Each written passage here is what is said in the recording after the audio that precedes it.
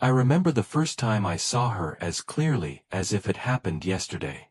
She was standing near the old well at the edge of the village, a place most people no longer visited. The stones of the well were worn and cracked, the wood around it weathered with age. Yet she stood there as though the forgotten place had been waiting just for her. Her hair was long, and the evening breeze lifted it gently, letting it flow around her face like waves of silk. It was a simple moment, but to me, it felt like something out of a painting, a scene too perfect to be real. What struck me most was her silence. She didn't say anything. She didn't even move much, except for the way her hair danced in the wind. Yet somehow, that silence was not empty. It was powerful. She had no need to speak, because her presence itself seemed to speak volumes. There was something about the way she stood there, calm, unbothered, and yet deeply alive, that demanded attention. It's strange how words are often considered the main way we connect with each other, but in that moment, I realized words can be unnecessary. Without saying a single thing, she managed to create an impact on me that was stronger than anything I had ever heard spoken aloud. Her silence carried a weight, a meaning, a message that I couldn't fully understand but could definitely feel. It was as if her soul was communicating directly with mine, without sound, without language, without effort. Her presence was louder than 1,000 voices. That might sound exaggerated, but it's the truth. Think of a crowd of people, all shouting, all talking at once. The noise can overwhelm you, and yet, it often fades quickly and leaves nothing behind. But her silent presence was different. It didn't fade. It sank into me, settled in my chest, and made me aware of her in a way that noise never could. She was quiet, but her quietness was not weakness, it was strength. It was the kind of silence that made the world around her pause, the kind of silence that made everything else seem less important. I kept staring, unable to turn away. It wasn't just her beauty that held me there, though she was beautiful in an unassuming way. It was the mystery she carried. Who was she? What was she thinking as she stood there? Why did it feel like she was waiting for something, or someone? The questions filled my mind, but no answers came. All I had was the undeniable truth that she mattered to me in that moment, even though I knew nothing about her. The breeze seemed to favor her, circling her gently, lifting her hair, brushing against her dress. The fading sunlight caught in her strands of hair, turning them into threads of gold. And though the air was quiet, the image of her was loud, echoing in my mind with a force that startled me. It's rare in life to meet someone whose very existence commands your attention without them trying. Usually, we notice people because they talk, laugh, cry, or act in ways that draw us in. But she had done none of those things. She hadn't spoken a single word, hadn't looked at me directly, hadn't moved with intention, and yet, she had reached me in a way no one else ever had. I realized then that sometimes presence alone is enough. Sometimes, a person doesn't need to speak to make themselves known. They don't need to announce who they are or explain what they feel. Their being is enough to fill a space, enough to stir emotions, enough to leave a mark. She was proof of that truth. Standing near that old well, she became unforgettable to me. She was like a secret whispered by the wind, like a story written without words. She was the kind of silence that wasn't empty, but overflowing, with meaning, with emotion, with life. And though she didn't say a word, I felt as though I had heard 1,000 voices calling out all at once. Her name was Emma. It was a short, simple name, yet it carried a softness that seemed to fit her perfectly. Whenever I thought of her, that name echoed in my mind like a gentle melody. But while her name was beautiful, the way people in the village referred to her was not. They called her the dumb girl. Those words were sharp, filled with judgment and cruelty, meant to reduce her to something less than human. The villagers didn't see her for who she truly was, they saw only what she lacked, her voice. Because Emma couldn't speak, they assumed she was less intelligent, less capable, less deserving of respect. But I didn't see her the way they did. To me, Emma was far more than their cruel nickname. She wasn't dumb, she was mysterious. She was like a locked book whose pages no one had ever taken the time to read. People around her were too impatient, too shallow, to notice the depth hidden behind her silence. They dismissed her without realizing that silence itself can hold meaning, that sometimes what is not spoken is louder than what is said. Emma's silence wrapped around her like a cloak, making her seem distant to most people, but to me, that very silence was what made her fascinating. It was as though she carried within her 1,000 unspoken thoughts, secrets, and feelings. Her eyes, deep and expressive, became her language. A single glance from her could say more than the longest speeches from others. The villagers, blinded by their prejudice, could not see it. But I did. Every time she walked past, every time the wind carried her presence toward me, I felt that her silence was not emptiness but depth. Her beauty only added to her mystery. It wasn't just the way her hair flowed in the wind or the softness of her features, it was something deeper, something that came from within. There was a calm grace about her, a quiet strength that made her stand apart from everyone else. The villagers may have laughed at her, or spoken unkindly behind her back, but I noticed the way her presence stilled the air, the way her silence demanded attention more strongly than their noise ever could. To me, Emma was like a puzzle. Not the kind that frustrates you, but the kind that draws you in, makes you want to spend hours uncovering its secrets. I found myself wondering constantly about her inner world. What did she think about when she sat by the well, her gaze fixed on the horizon? What emotions stirred in her heart when people mocked her? Did she feel lonely in her silence, or had she found peace in it? The villagers might have seen a dumb girl, but I saw a woman with a story untold. A story that perhaps no one had cared to listen to before. Their cruelty made me angry, but it also made me more determined to understand her. It wasn't her silence that made her different, it was their inability to accept it. They treated her voice as the only measure of her worth. But I knew that her silence did not make her less. If anything, it made her more. Every time I saw her, I realized how wrong they were. She was not someone to pity. She was not a burden. She was a living mystery, full of hidden meaning, beauty, and unspoken strength. She didn't need words to define her. Her very presence spoke for her. Emma was not the dumb girl. She was Emma, unique, graceful, and unforgettable. And while the villagers clung to their narrow view, I knew that her silence held more truth than their endless chatter. To me, she wasn't someone broken or incomplete. She was whole, just in a way they couldn't understand. And that made her all the more extraordinary. Wherever Emma went, people noticed her. It didn't matter if she was walking through the busy market, carrying a small basket of vegetables, or if she was simply passing by the fields with the sun setting behind her. She never blended into the background. The moment she entered a space, eyes turned toward her, and conversations paused. She wasn't loud, she wasn't trying to draw attention, but somehow, her silence and presence demanded it anyway. Yet those eyes that followed her were never the same. Each pair carried something different.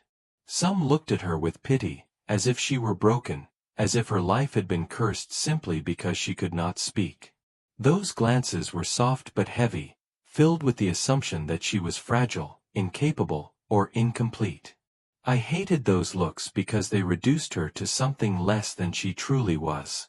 Pity pretended to be kindness, but in reality, it was just another way of saying she didn't belong.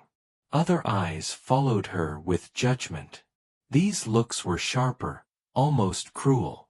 People whispered behind her back, their lips curling into smirks or frowns. They called her names, mocked her silence, and treated her as though she was an outsider in her own home. Judgmental eyes looked at her not as a person but as a problem. To them, her quietness was not grace but weakness. Their stares carried questions unspoken yet obvious. Why is she like this? Why can't she be normal? What is wrong with her? Those looks stung even me, and I wasn't the one receiving them. I often wondered how deeply they must have cut her, though she never showed it. She carried herself with calmness, as if their words and stares had no power. But I knew they did. And then, there were my eyes. Whenever I looked at Emma, there was no pity, no judgment, no cruelty. My eyes were filled with awe. I didn't see her as broken or strange. I saw her as extraordinary. The way she walked with quiet dignity amazed me. The way she endured the whispers and the cruel names without lashing out, without anger, showed a strength that few people could ever understand. Most people thought strength was loud, fiery, and aggressive. But Emma's strength was quiet, patient, and steady, like a flame that refused to die no matter how strong the wind blew against it. To me, she was not someone to pity, but someone to admire. I often thought that the villagers were blind, not because they couldn't see her, but because they couldn't see her. They only noticed what she lacked, while I noticed everything she had. Her silence wasn't emptiness, it was depth. Her stillness wasn't weakness, it was control. And her beauty wasn't just on the surface, it was woven into every part of her being. I looked at her the way someone might look at a rare painting or a breathtaking sunset, completely captivated, aware that no words could ever fully capture what I was experiencing. The villagers might have filled their eyes with pity and judgment, but mine were filled with wonder. I didn't just see her as she was. I saw her as she could be, as someone who carried stories, emotions, and truths too deep for careless tongues to understand. Every time our eyes almost met, I felt a pull, like I was standing on the edge of something greater than myself. It wasn't just admiration, it was reverence. I respected her silence, her strength, and the way she carried herself in a world that was so quick to misunderstand her. Wherever Emma went, eyes followed her. Most people only confirmed their own shallow beliefs through their stares. But my gaze was different. I didn't look at her to judge or to pity. I looked at her because she reminded me of something rare and precious. Something the world too often overlooks. The kind of beauty that doesn't shout, but quietly changes you the more you see it. To me, Emma wasn't the dumb girl. She was the girl who could silence an entire world with nothing more than her presence. And that was why my eyes, unlike the others, were filled not with pity or judgment, but with awe. When David's eyes first met Emma's, something unexplainable happened. It wasn't the kind of moment that could be described in plain words, because it went beyond ordinary language. It was as if time paused for a brief second, and the world around them faded into silence. The chatter of the villagers, the sound of the wind moving through the trees, even the distant barking of a dog, everything seemed to disappear. All that remained was a gaze between two souls who had been strangers until that instant. David had never been the type of man to believe in love at first sight. He thought love was something that grew slowly, like a seed nurtured with patience.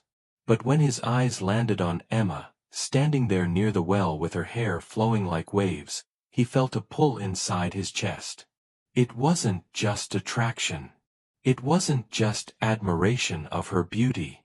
It was something deeper, as if his heart had suddenly recognized hers even though his mind couldn't explain it. Emma, silent as always, didn't speak. She didn't smile, she didn't move closer, she didn't say his name. Yet, in that very silence, David felt something louder than 1,000 voices. Her eyes carried a story, one she could not, or perhaps chose not to, tell. In that moment, Her silence became a language of its own. It was a language that didn't need words, because the heart often understands things the tongue cannot express. David found himself frozen, unable to look away. Her gaze wasn't piercing or demanding, but soft, gentle, almost shy. And yet, within that softness, there was a strange power. It was as though she was inviting him to look deeper, to see the parts of her that no one else had ever cared to notice. To the villagers, she was the dumb girl, someone to pity, someone to whisper about. But to David, in that instant, she was something entirely different. She was mystery. She was beauty. She was a question that begged to be answered. For Emma, that look meant something too. She had grown used to the way people stared at her, some with pity, others with mockery, and some with curiosity. But David's eyes were different. They did not judge, they did not pity, they did not question her silence. Instead, they carried warmth. They carried acceptance. For the first time in a long while, Emma felt seen, not as a girl without a voice, but as a soul that still had meaning. It's strange how much can be said without speaking a single word. That day, near the well, a conversation took place between two hearts. David's eyes told her, "I see you. Not the label they've given you, not the silence you live in, but you." And Emma's eyes replied, "You are not afraid of me. You are not like the rest." That silent exchange lasted only a moment, perhaps a few seconds, but it planted a seed inside both of them. David walked away that day knowing something had changed inside him, though he couldn't explain it. His heart beat faster, not with confusion but with certainty. And Emma, though she did not speak, carried a small flame inside her chest, a spark of hope she hadn't felt in years. The villagers who stood nearby might not have noticed much. To them, it was nothing more than a passing glance between a young man and the girl they all called dumb. But if they had looked closely, if they had felt the electricity in the air, they might have realized they were witnessing the start of something powerful. Something no rumor, no whisper, no judgment could stop. That day, when David's eyes first met Emma's, it wasn't just a glance. It was the birth of a bond. A thread invisible to others had been tied between their souls, pulling them toward each other with a force neither of them could resist. They didn't need to speak. They didn't need to explain. Their hearts had already spoken in a language only they could understand. Why would anyone marry a dumb girl? That was the question the villagers whispered among themselves. Their words were not kind, they were sharp, cutting through the air like cold knives. It wasn't asked out of curiosity, but out of judgment. Every time Emma walked through the village, she carried the weight of those voices on her shoulders, though she never replied. She didn't need to. Silence had always been her companion, both her curse and her shield. People often underestimate the power of whispers. They may not be spoken loudly, but they have a way of piercing deeper than shouts. Those who whispered about Emma thought they were hidden, that their words dissolved into the air. But Emma could feel them. Even if she didn't always catch the words, she understood the looks, the smirks, and the pity in people's eyes. She wasn't deaf. She wasn't blind. She simply couldn't speak, and because of that, the world decided she was less. To them, the idea of someone marrying her was absurd. Marriage, in their minds, was built on conversation, on shared words, on loud laughter. They couldn't imagine love existing without spoken language. They thought Emma's silence was emptiness, forgetting that silence can hold more meaning than endless chatter. Their whispers revealed more about their cruelty than about Emma's worth. David, however, saw things differently. Where others saw silence, he saw peace. Where others saw weakness, he saw strength. And where others saw emptiness, he saw mystery waiting to be discovered. When the villagers mocked Emma for being mute, David found himself growing protective of her.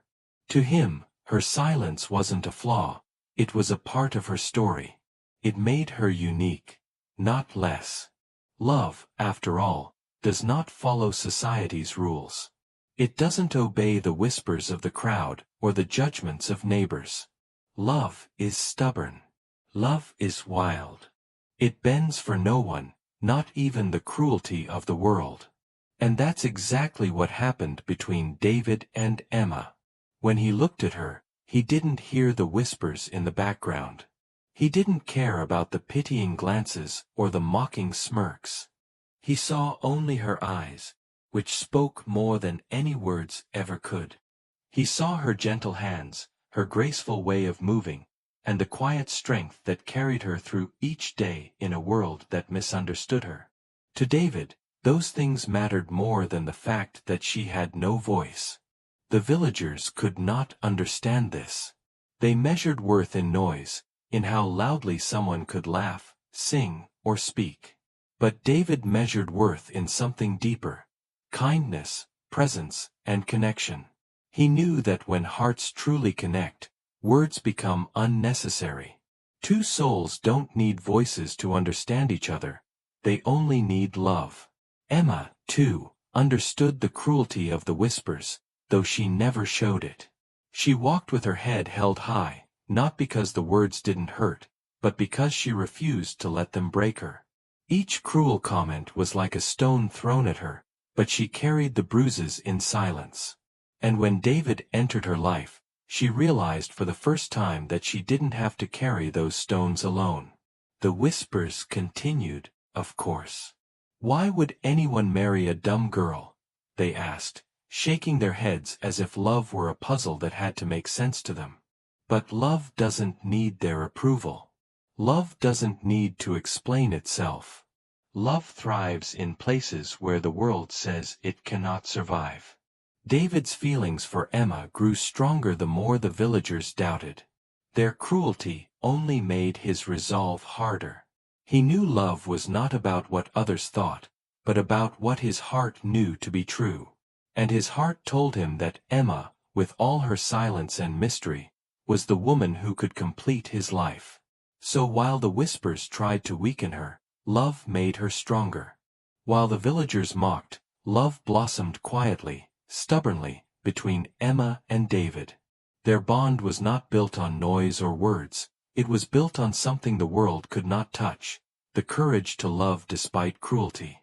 And so, even in the face of sharp whispers, they proved something the villagers would never understand: love does not bend to the world's cruelty. It grows in spite of it. One evening, I stood quietly at the edge of our yard, watching my son. David didn't know I was observing him, and perhaps that was why his expression was so raw, so unguarded. His eyes were fixed on Emma, the girl the villagers mocked as the dumb one. She was standing near the old well again, her hair catching the last rays of the fading sun. She wasn't doing anything extraordinary, just standing there in silence, looking at the horizon as if searching for answers only she could see. Yet David's gaze never wavered. There was something in the way he looked at her that shook me deeply. It wasn't the kind of stare filled with curiosity or pity, the way the others watched her. His eyes carried something softer, something deeper, an unspoken tenderness. It was as though he saw in her what no one else could: her quiet beauty, her resilience, her mystery. His gaze wasn't one of judgment, but of recognition, like a man who had finally found the missing piece of his own soul. I had always worried about David. He was 26, a kind and gentle man, but often lost in his own loneliness. While other young men in the village married early, raised families, and filled their homes with laughter, David remained alone.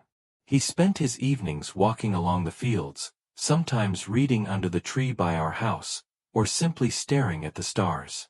I feared he would never find someone who truly understood him. He had a good heart, but hearts often remain unseen in a world that values appearances more than depth. But that night, as I saw his eyes fixed on Emma, I understood something that words could not explain.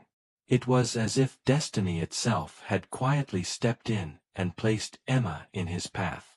She, too, had always been alone, not by choice, but because the world pushed her to the margins. Her silence made her invisible to most, but not to David. To him, she was not invisible. To him, she was radiant. As the evening breeze rustled through the trees, I felt a strange certainty settle in my chest. All the doubts I had carried about David's future seemed to dissolve. I realized then, with a clarity I had never known before, Emma was meant for him. She was not a mistake, not a burden, not a girl to be pitied. She was the one who could walk beside him, filling the emptiness he had carried for so long. I thought of the villagers and their cruel whispers. Why would anyone marry a dumb girl? They asked. But standing there, watching my son silently fall in love before my very eyes, I knew the answer. Because love does not measure worth in words. Because true connection does not depend on voices, but on hearts. David's heart had recognized Emma's, and that recognition was louder than any spoken vow. A warmth spread through me, one part relief, one part joy. For the first time, I saw hope for my son, not just the hope of marriage, but the hope of a love that could last. And for Emma, I felt a tenderness too. Perhaps this was the life she deserved, a life where her silence would not be mocked but cherished.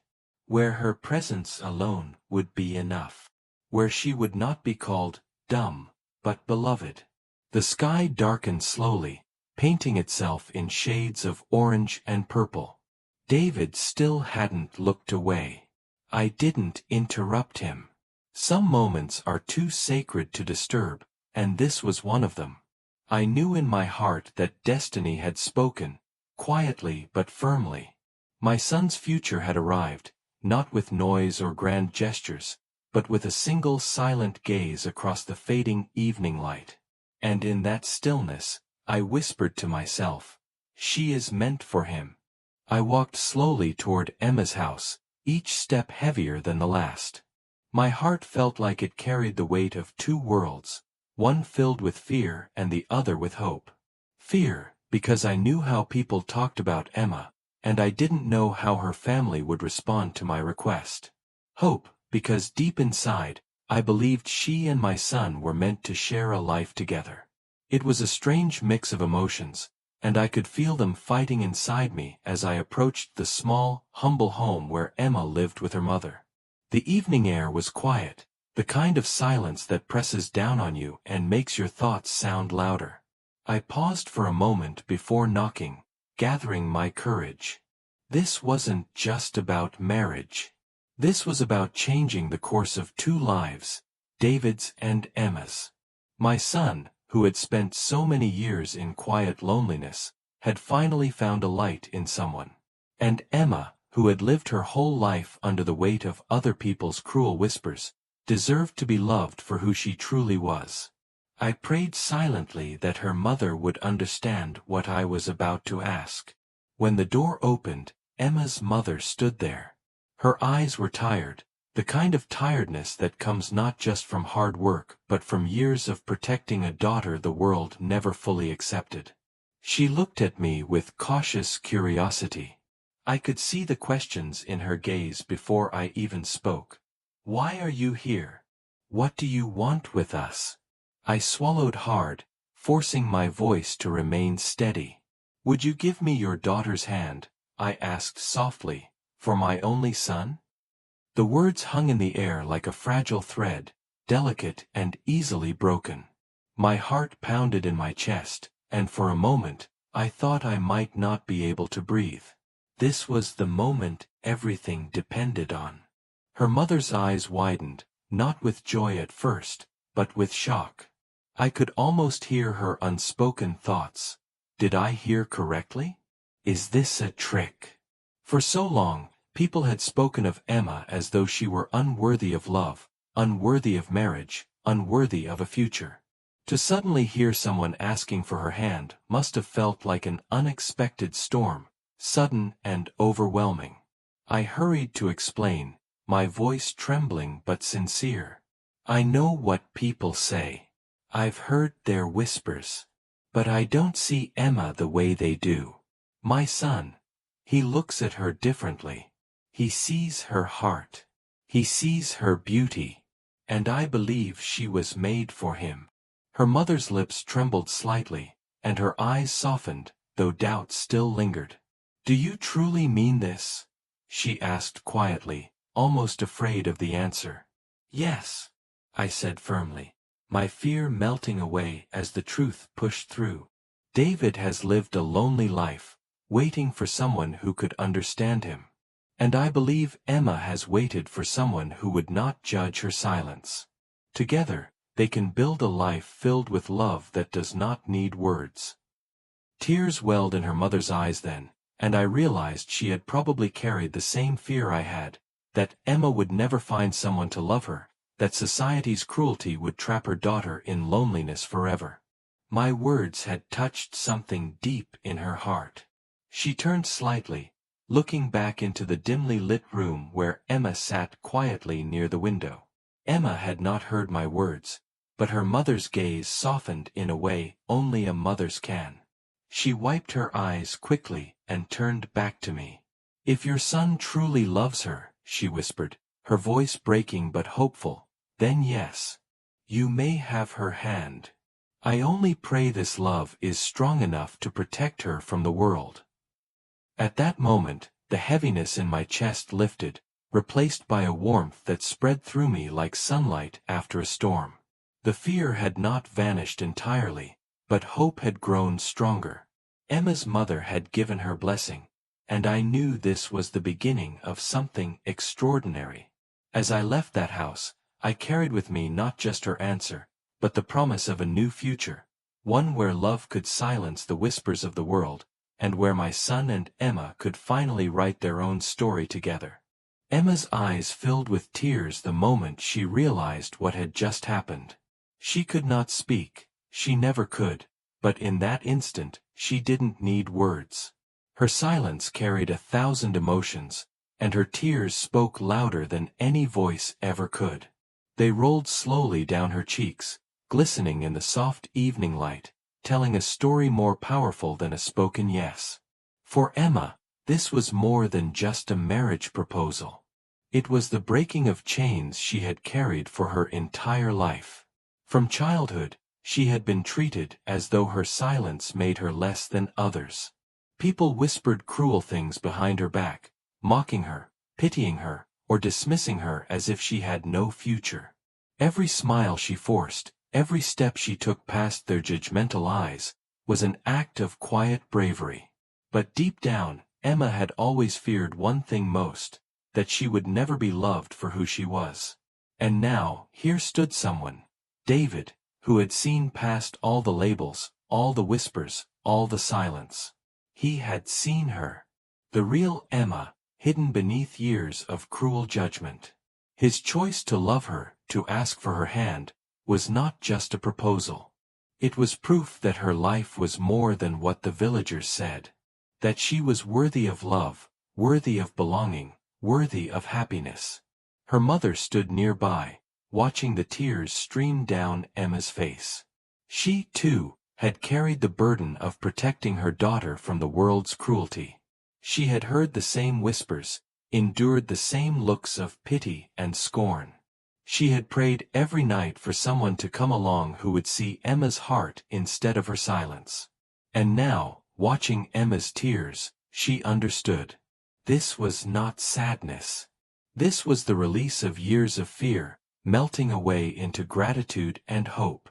David, standing across the room, didn't need her to speak. The moment he saw the tears rolling down her cheeks, his heart swelled with certainty. He had wondered if she would accept him, if she would trust him with her life, her silence, her soul. But her tears told him everything he needed to know. This was her answer. Her tears were her voice, and they were saying, yes. 1,000 times, yes. The room grew heavy with emotion. It was as if time itself had slowed, pausing to witness this sacred exchange between two hearts. The world outside might still call her the dumb girl, but here, in this quiet space, she was not dumb. She was radiant. She was powerful. Her silence had become her strength, and her tears had become her words. Emma reached up and touched her face, as though even she was surprised by the tears. Her hands trembled, but her eyes did not look away from David. In them, there was no fear, no hesitation. Only trust. Only love.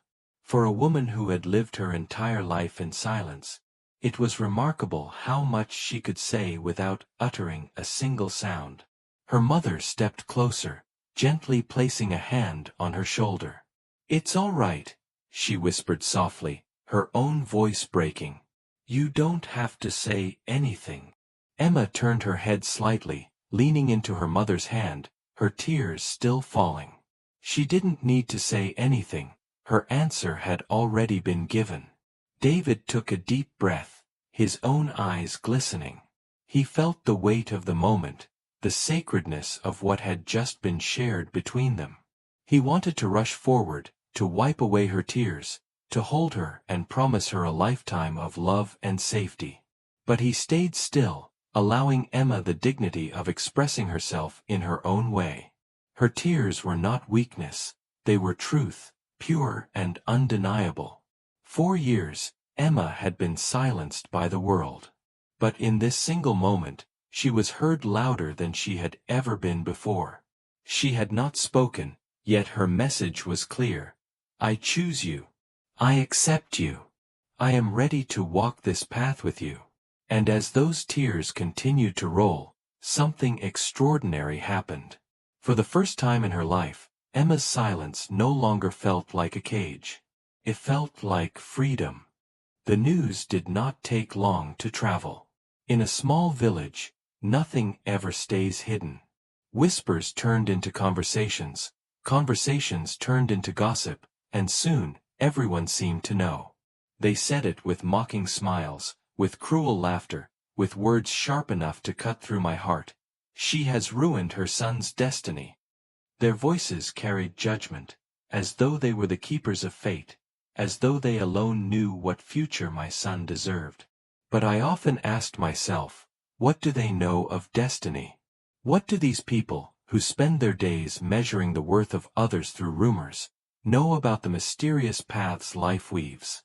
They see only the surface, a son who had chosen to marry a girl they call dumb. They see silence where they expect speech, difference where they expect normality, weakness where I have seen strength. But they do not know what I know. They do not see what I have seen. They have not seen the way my son's eyes light up when Emma walks into a room. They have not felt the peace that radiates from her quiet presence, a peace stronger than the noisiest crowd. They do not understand that love is not about what the world approves, but about what the soul needs. Destiny is not written by villagers' tongues. Destiny is written by something higher, something greater, something none of them can control. Yes, they mocked me. They pointed fingers. Some shook their heads in pity, while others laughed openly at the thought of my son marrying a girl who could not speak. They whispered that I had stolen his future, that I had burdened him with a life of silence and shame. But let them say what they will. Words are cheap, and the world is quick to judge what it cannot understand.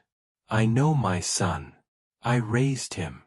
I watched him grow from a little boy into a man with a heart too kind for this cruel world. And I know this, he had always been lonely. Despite his goodness, despite his achievements, there was always an emptiness in him. He longed for someone who could see his soul, not just his face. The villagers never saw his loneliness, they only saw his smile. But Emma saw it. Without speaking a word, she reached him in a way no one else could. If that is not destiny, then what is? The villagers think destiny means marrying someone perfect in their eyes, someone who speaks, someone educated, someone from a wealthy family, someone the world would praise. But destiny is not about perfection. It is about connection. It is about two hearts finding each other against all odds. My son's destiny was never in the hands of gossiping tongues. His destiny was to meet Emma, to see her, to recognize her worth when no one else would, and to love her deeply. Let them call it a mistake. Let them laugh and point. I no longer feel the sting of their words. Because every time I look at my son standing beside Emma, every time I see the quiet happiness in his eyes, I know I did not ruin his destiny. I helped him find it. And so I ask again, what do they know of destiny? They see it as a straight road, paved with wealth, beauty, and status. But real destiny is a winding path, full of surprises, full of challenges, full of choices that may look strange to the world but feel right to the heart. They cannot see what lies ahead. None of us can. Only God knows the script of our lives. So, when I hear their mocking voices, I do not respond. I let them talk because that is all they can do, talk. Their words will fade like dust in the wind, but my son's love for Emma will remain. The villagers may never understand, but understanding was never required of them. In the end, destiny is not decided by the loudest voice in the room. Destiny is decided by love, by courage, and by the quiet choices that change lives forever. And if loving Emma is my son's destiny, then I would not change a single thing. For many years, I had watched David live in silence, sadness, and emptiness. His life seemed like a long journey with no light, no colors, and no real reason to smile. Every day, he carried himself forward, but it was as if he was only moving through life without truly living. His face had become like a closed book. No joy, no laughter, only a heavy seriousness that showed the weight of his hidden pain. It had been so long since I had seen even the smallest spark of happiness in his eyes that I almost forgot what he looked like when he was truly alive. But then, something unexpected happened. On this particular day, for the first time in many years, I saw David smile again. And it was not just an ordinary smile. It wasn't the kind of polite, half-hearted smile people give when they want to look fine in front of others. No, this smile was real.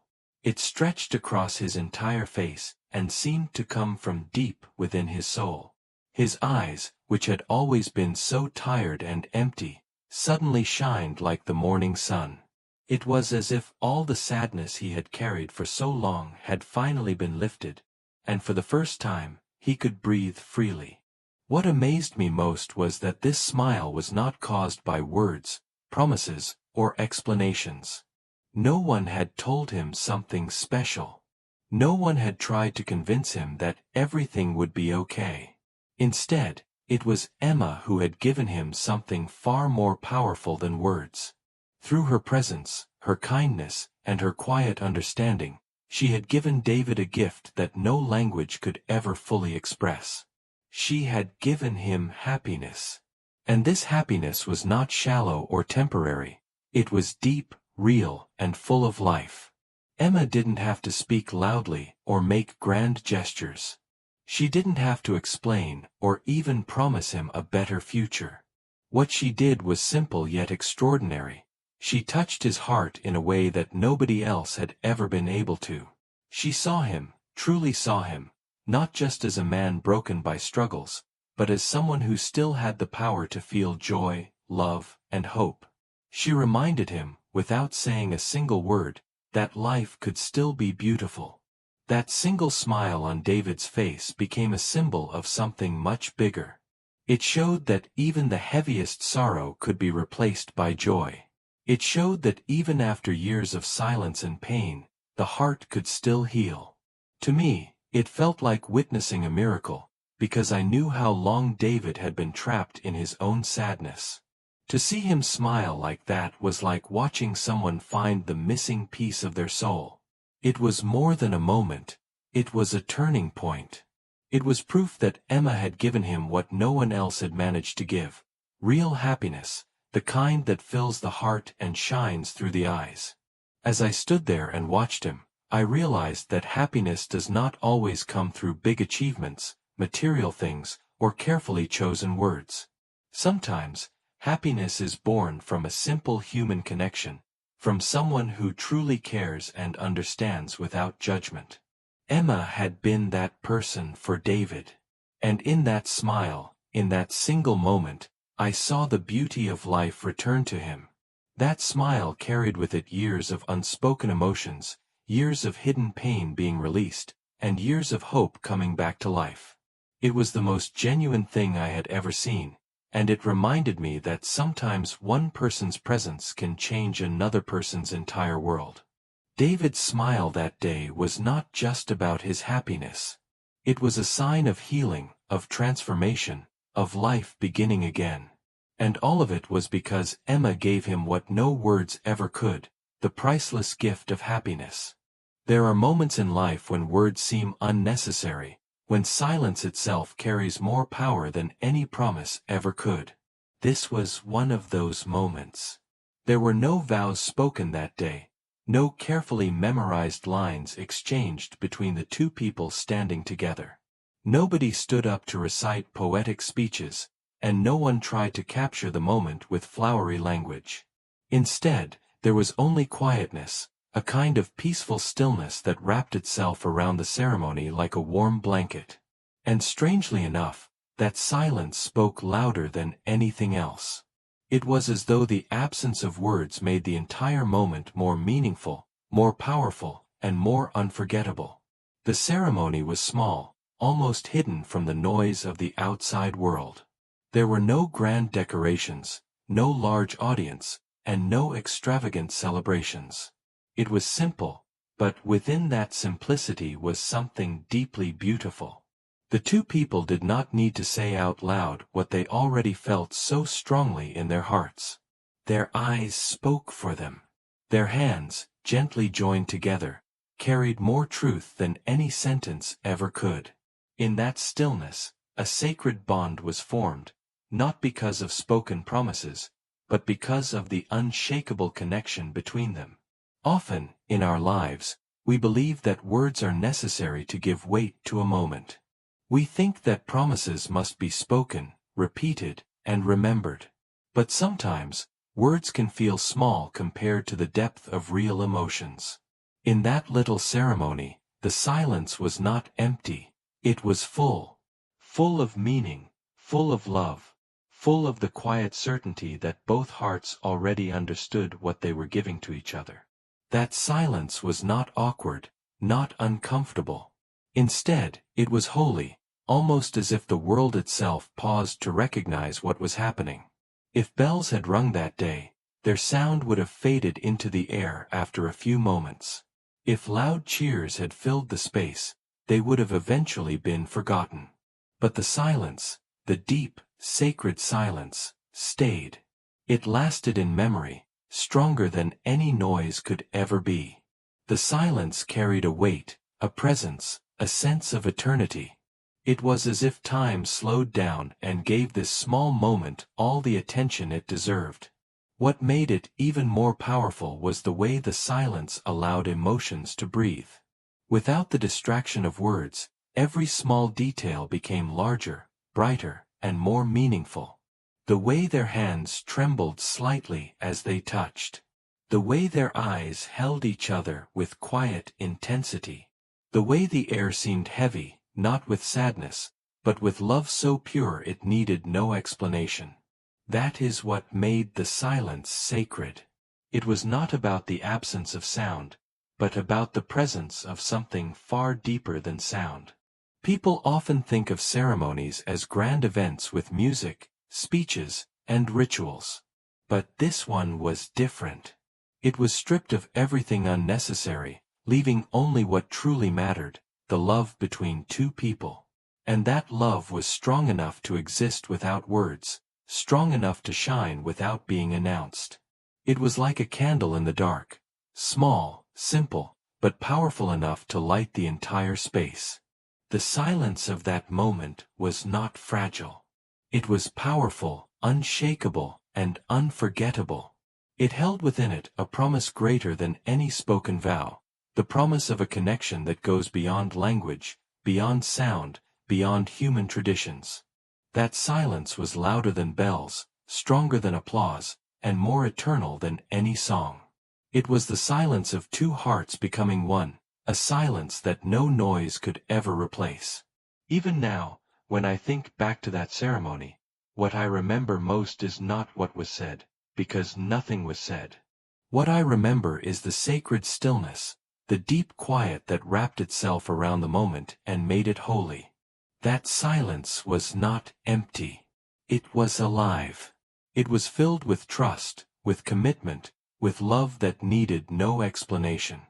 No vows were spoken. No words were exchanged. And yet, that silence was more powerful, more sacred, and more lasting than the loudest bells ever could have been. Emma's silence was never heavy, never something that made the air uncomfortable or tense. It was not the kind of silence that felt cold or distant. Instead, her silence carried a softness, a gentleness, a kind of peace that made everyone around her feel at ease. She did not need to speak loudly, or even at all, to make her presence felt. Her way of living, her quiet actions, and her gentle expressions said more than words ever could. Some people might think that silence is empty, but with Emma, silence was full of warmth, full of meaning and full of love. Every morning, she would rise with the light, moving through the house with calmness. She cooked with care, her hands working steadily as though every movement was a language of its own. The meals she prepared were more than just food. They were messages of love, comfort, and belonging. Without speaking a word, she managed to tell the family, "You are cared for, you are safe, you are home." Her silence was never a gap between people. It was a bridge. When Emma laughed, she didn't use her voice, but her eyes sparkled with joy. The brightness in them could light up a room. She had a way of looking at people that made them feel understood, even without explanations. If someone was sad, her eyes carried compassion. If someone shared good news, her eyes shined with happiness for them. It was as if her soul spoke through her eyes, giving comfort, encouragement, and warmth without a single word. The house where Emma lived was not filled with constant noise, yet it was never empty. Her silence did not create loneliness, it created peace. The walls seemed to hold her quiet energy, her calm spirit, and her love that spread like sunlight through every corner. She filled the house with warmth in simple, ordinary ways. A well-cooked meal on the table. A soft blanket folded neatly. A flower placed in a vase. A gentle touch on the shoulder when someone needed comfort. These small actions turned the house into a home. Sometimes people underestimate the power of silence. They think words are the only way to express love or to make someone feel noticed. But Emma proved otherwise. Her silence was not emptiness, it was a language of its own, spoken through kindness, care, and presence. She never needed long conversations to make people feel valued. Her way of showing love was quieter, yet deeper. It lived in her actions, in her eyes, in the calm comfort she gave to those around her. What made Emma's silence special was that it was never heavy. It did not weigh down the room. It did not create awkwardness. Instead, it lifted the atmosphere, creating a sense of calm where others could rest and breathe freely. When people were near her, they did not feel the need to fill the space with constant talking. They felt safe to just be. Her silence gave permission for others to feel peace. The warmth she brought into the house was like sunlight through a window. You might not notice it immediately, but it was always there, wrapping itself around everyone in gentle comfort. That warmth came not from loud declarations of love, but from the quiet way she lived her life. She made the house feel alive, even though she did not fill it with chatter. It was her presence, her care, her silent but powerful love that made the home feel whole. Emma's silence was her gift. It was not weakness, and it was not emptiness. It was strength, calmness, and peace. It showed that sometimes love does not need words at all. Sometimes love is best expressed in the way a person lives, the way they look at you, the way they silently but steadily make your world better. Emma's silence was never a burden, it was a blessing. Through her cooking, through the laughter in her eyes, and through the warmth she spread in every room, she created a life full of love that words could never capture. In the beginning, many people did not understand. They laughed, they mocked, and they judged what they could not see clearly. To them, love without spoken words seemed strange, loyalty without big speeches seemed weak, and beauty without sound seemed incomplete. They believed that love had to be declared loudly, that loyalty had to be proven with promises, and that beauty could only exist through the charm of words or voices. But as time passed, something began to change. Slowly, the same people who once mocked started to see with different eyes. They began to notice the quiet power hidden in the silence. They realized that love does not always need to shout to be real. Sometimes it is strongest when it is unspoken, when it lives in small actions, in gentle looks, and in silent sacrifices. These people began to admire what they once dismissed. They saw Emma's love, quiet, steady, and unwavering, shining brighter than words ever could.